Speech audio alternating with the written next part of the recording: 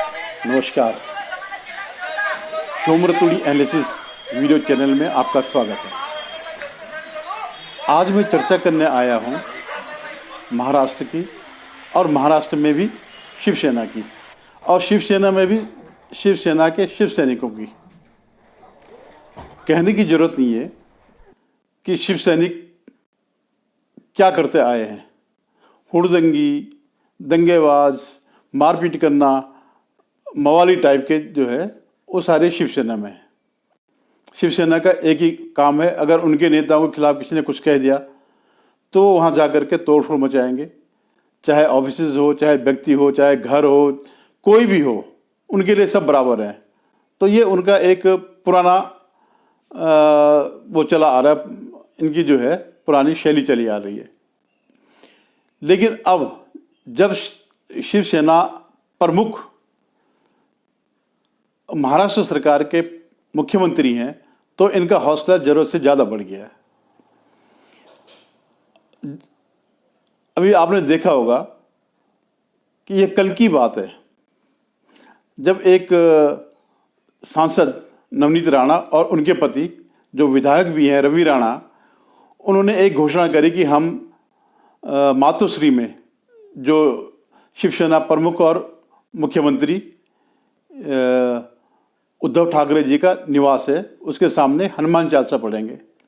ठीक है, वो हनुमान चालीसा की पाठ कर रहे थे, वो कोई बमबारी नहीं कर रहे थे, कोई आपका आगे कोई व्यवधान नहीं डाल रहे थे, वो कोई ऐसा नहीं कर रहे थे जिससे कि आपका उस काम काज में दखल हो, कोई हिंसा की कोई बात हो, कोई दंगे की कोई बात हो, कोई लॉ एंड ऑर्डर की कोई समस्या खड़ी हो।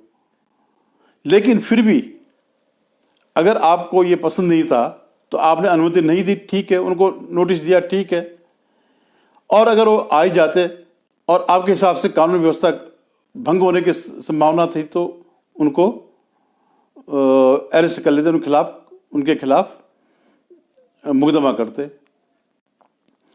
लेकिन बजाय ये करने के, पहले तो क्या था कि अगर वो हनुमान चालीसा उनके घर के बाहर करते तो कोई बुरा नहीं था। आज भी सड़कों में नमाज़ें होती हैं, प्लेटफॉर्म में होती हैं, ट्रेन में होती हैं, सार्वजनिक जगहों पे कई जगह होती है, लेकिन वहाँ तो कहीं ऐसा कोई तनाव नहीं फैलता है या कोई दंगे की संभावना नहीं होती है। ये होता आ रहा है। फिर भी क्योंकि अब आपका स्वरूप बदल गया, आपको बाला साहब ठाकरे से आप बिल्कुल दूर चले गए हैं, तो ठीक है, आपको बुरा लगा होगा कि नहीं, हमारे घर के आगे हनुमान चालीसा नहीं होगी। ठीक है, आप कानून काम करते, लेकिन आपने क्या किया, अपने जो हुड़दंगी शिव सैनिक हैं उनसे उनका घेराव कराया, वहाँ पथराव करवाया, वहाँ अपने घर के आगे भी जो है भीड़ जमा करवा दी।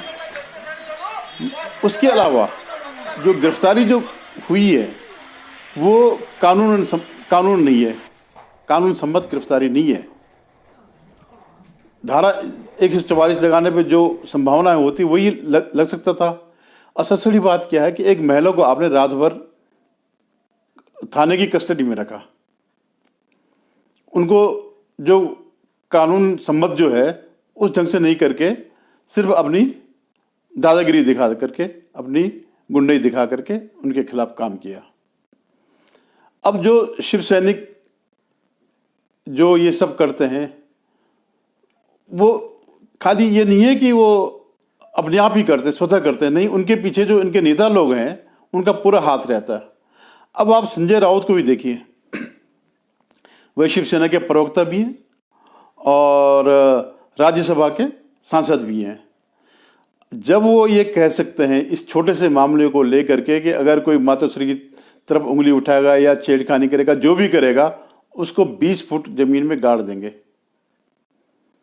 तो स्वाभाविक रूप से उनके जो समर्थक हैं वो 20 की बात करेंगे, वो समुद्र तक की बात कर देंगे, वो और ज़्यादा खुदाई कर देंगे।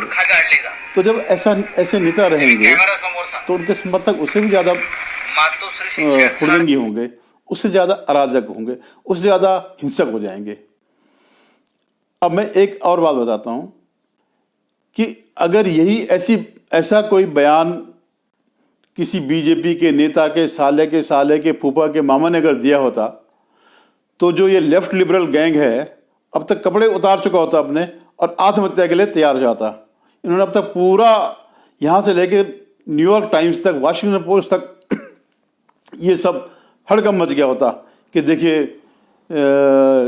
बीजेपी के नेता किस तरह हैं। लेकिन इसमें इन्हें कुछ नज़र नहीं आ रहा, बल्कि टीवी चैनल में तो उल्टा कह रहे कि इससे लोग भड़क उठेंगे। लेकिन ये कोई नहीं बता रहा भड़क क्यों उठेंगे, सांप्रदायिक माहौल क्यों बिगड़ेगा। तो ये जो टीवी चैनल में जिनको पैनलिस्ट को जिनको बुला रहे हैं, तो उल्टा दोष जो है नवनीत राणा और उसको दे रहे हैं। और इवन जो कानूनी कार्रवाई हो रही है उस पर भी जो है वो कह रहे ठीक हुआ है, जबकि पूर्णतया असंवैधानिक है जिस ढंग से ये कार्रवाई हुई, जिस ढंग से नवनीत राणा को रात भर थाने में रखा। अब आप देखिए शिव सैनिकों की हिम्मत देखिए कि सुबह जो किरीट सोमैया जी हैं वो मिलने गए थाने में नवनीत राणा उनके पति जी को मिलने के लिए, तो इन हुड़दंगियों ने, इन अराजक तत्वों ने उनकी कार पे पथराव किया और उनको भी चोट लगी है। ये देखने वाला कोई नहीं है। ये जो लेफ्ट लिबरल गैंग जो है, एक बार उसके राहुल गांधी पे लेजर से वो डाला तो उन्होंने हल्ला मचा दिया। एक बार उसने जंप मारा जमीन पे ही, तो कहा जी उसको धक्का दिया, उसके बाद ये किया वो किया, और यहाँ पथराव हो रहा है। लेकिन इन्हें कोई कहीं पर भी चूं चपड़ नहीं है। जो लेफ्ट लिबरल जो पूरा गैंग है वो इसको मानता है कि हाँ ये होना चाहिए। बीजेपी वाला अगर विक्टिम है तो जायज़ है, कानूनन है। तो ये इनकी स्थिति है।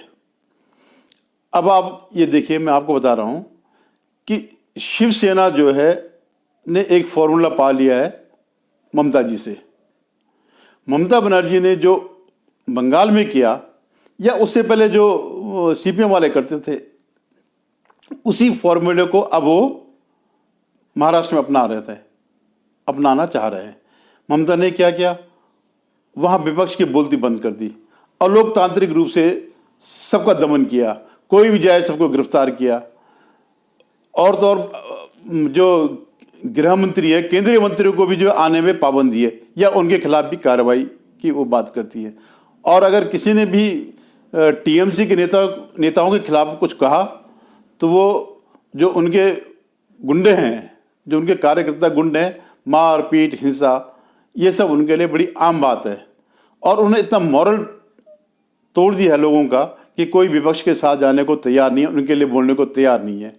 पिछले साल मई में आपने देखा होगा किस तरह बीजेपी की वोटर्स को, उनके वोटर्स को प्रताड़ित किया गया, उनके मकानों पर आग लगाई गई, उनकी महिलाओं के साथ अत्याचार किया गया, अनाचार किया गया, उनको राज्य छोड़ने को विवश होना पड़ा। तो उसी सीख को, उसी जो रणनीति है, उसी को शिवसेना महाराष्ट्र में लागू करना चाहती है।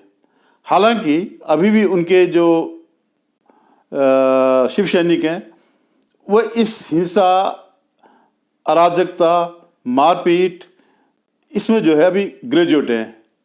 और ममता के जो सैनिक हैं वो एमए और पीएचडी हैं। तो इनको अभी समय लगेगा, अभी ये उस स्तर पे नहीं पहुँचे, लेकिन इनका लक्ष्य वही है कि हमें जो है वही बनना है जो बंगाल में, अगर हमें जीतना है। हालांकि यहाँ इतना आसान नहीं है, क्योंकि बीजेपी ने एक गलती बंगाल में कर दी ममता के खिलाफ कोई कार्रवाई न करके, तो जरूर नहीं कि वो गलती यहाँ भी हो। और वैसे भी जो है पॉलिटिकली सेना बिल्कुल बर्बाद हो चुकी है। बाला साहब ठाकरे ने जो भी उनकी विचारधारा रही होगी वो सब खत्म हो गई है। भला कोई कर सकता, कोई सोच सकता था आज से कुछ साल पहले कि हनुमान चालीसा पे इतना बवाल मचा दें? कोई शिवसेना वाला सोच सकता था? और आज जो भी है ये शिव सैनिक के नाम पे जो है वो एक्चुअली शिव सैनिक वाले नहीं हैं जो हिंदुत्व के लिए लड़ते थे। ये सब ये है कि हमें इस स्कीम मिल जाए, उस स्कीम मिल जाए, ये मिल जाए, मतलब थोड़ा बहुत जेब खर्च मिल जाए, पालने के लिए वो मिल जाए, इस टाइप के ये लोग हैं। तो अगर उद्धव ठाकरे अगर ममता बनर्जी की राह पे चल रहे हैं तो गलत चल रहे हैं। और ये तो निश्चित उन्होंने कर दिया है कि उनकी पार्टी ख़त्म हो जाएगी। जब भी चुनाव आएगा 2024 में लोकसभा के, उसी के कुछ महीने बाद विधानसभा के हैं। अगर ये सरकार चली तब तक तो इसका तो सफाया होना निश्चित है। तो जो ये राजनीति कर रही है उस पर जो मीडिया का लेफ्ट लिबरल गैंग है, इनका दो मुँहा चेहरा है। ये पाखंडी हैं, ये करेंगे तो ये कहते हैं हाँ ठीक है, या जितने भी आपको लिबरल लोग दिखेंगे कहेंगे नहीं नहीं ये ठीक है, इनके साथ ऐसे ही होना चाहिए। लेकिन दूसरा अगर कोई करेगा तो उस पर ये वो करते हैं, दूसरे के साथ इनका रवैया दूसरी किस्म का रहता है। तो अभी आप देखते जाइए कि ये परिस्थितियां दिन प्रतिदिन खराब होती जाएंगी और ये ऐसा सब होता जाएगा, इस तरह का माहौल बनता जाएगा। हालांकि आज राज ठाकरे ने उद्धव ठाकरे को चुनौती दे दी है और बड़ा मुश्किल है कि उद्धव ठाकरे इस चुनौती से पार पाएंगे। तो ये घमासान होना निश्चित है।